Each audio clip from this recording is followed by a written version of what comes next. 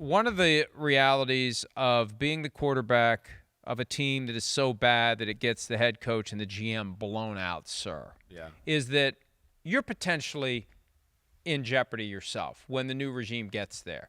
They're watching, they're evaluating, they're deciding, are you part of the problem? Are you part of the solution?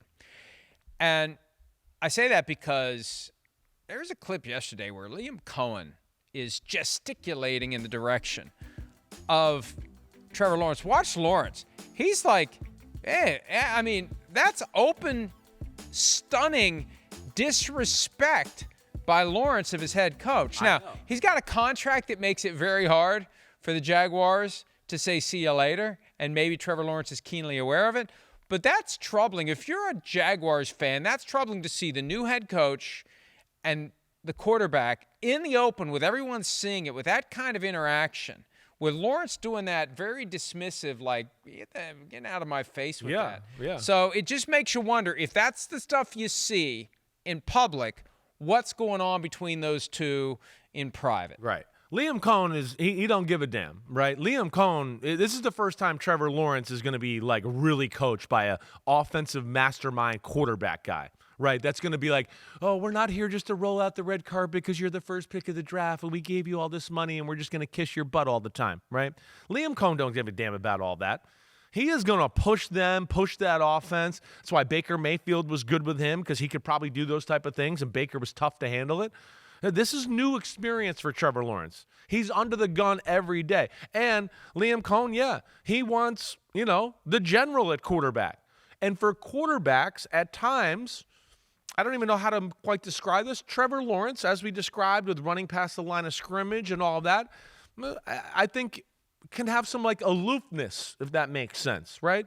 A little bit, maybe not on every detail and everything throughout the game all the time, and some bonehead interceptions and not playing situational football the right way at times and all that. And I think that's where he's going through a little bit of a rewiring as far as how he plays and how he sees the game. And Liam Coen's going to get him there, but it ain't going to be with like training wheels and is he? Oh, you're going to baby him. Is he? That's we're the gonna thing. See. Liam Coen's going to try to get him there. Right. But this is year 5 now. I know. For Trevor Lawrence. Yeah. At some point, you step up or you step off. Right. You become who you are.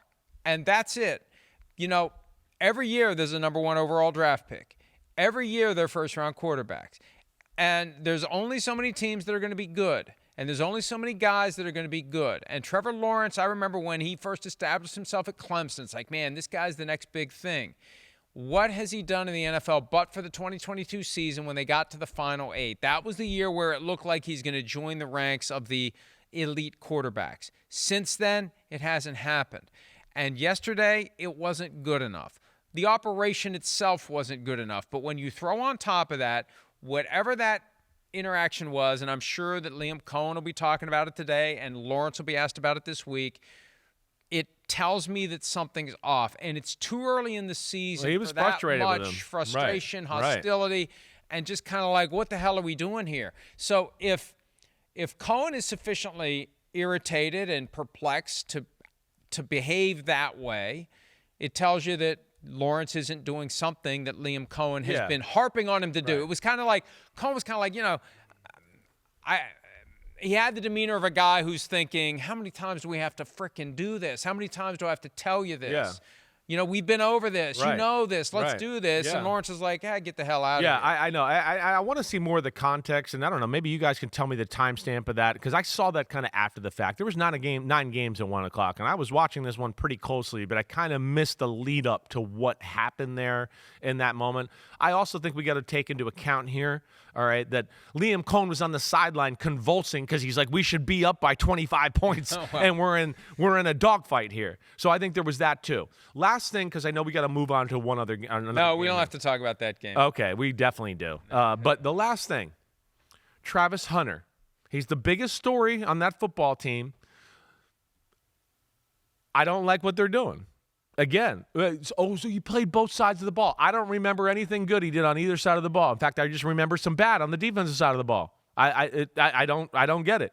Let alone we had some communication issues maybe on the 4th and 2 on the last drive of the game where he kind of followed his guy inside in his zone coverage and he shouldn't have, and he could have been there maybe for the ball in the flat on 4th and 2. He got wrongly accused of pass interference a few plays later than that. I did not like that call. I thought he played pretty good defense. But my point being is, to me, and in yesterday's game, it feel like they spread him so thin to where I want to go, you don't really notice him in the football game. Is that why you drafted him at number 2, to not really notice him?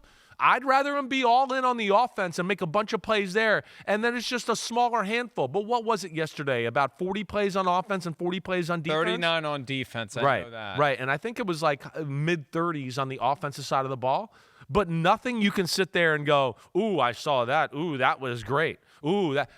To me, is like, let's make them great at one thing first, and then we'll start to make them great in the other. Here we go. Yeah. 42 offense, 43 defense. Okay. Those are the final counts. So there you go. That's 85 snaps, half and half, and there's not that many memorable plays. Now, they didn't draft him and trade all those assets to get to number 2 for me to sit here and have go, 2 guys. Right. It wasn't to get 2 guys. Right. It was to get 2 superstars. That was the whole idea. Exactly. 2 for the price of 1. We're getting 2 high-level players in one package. That's why we're trading up, and we're going to pay him as one guy, because when we get to the 5th-year option, he doesn't get paid twice. Right. When we get to the franchise tag, he doesn't get paid twice. Yeah, but so far it's 2 marginal guys. It's 2 guys that are easily replaceable with a guy you can find anywhere. Right. He's not standing out. That's the key.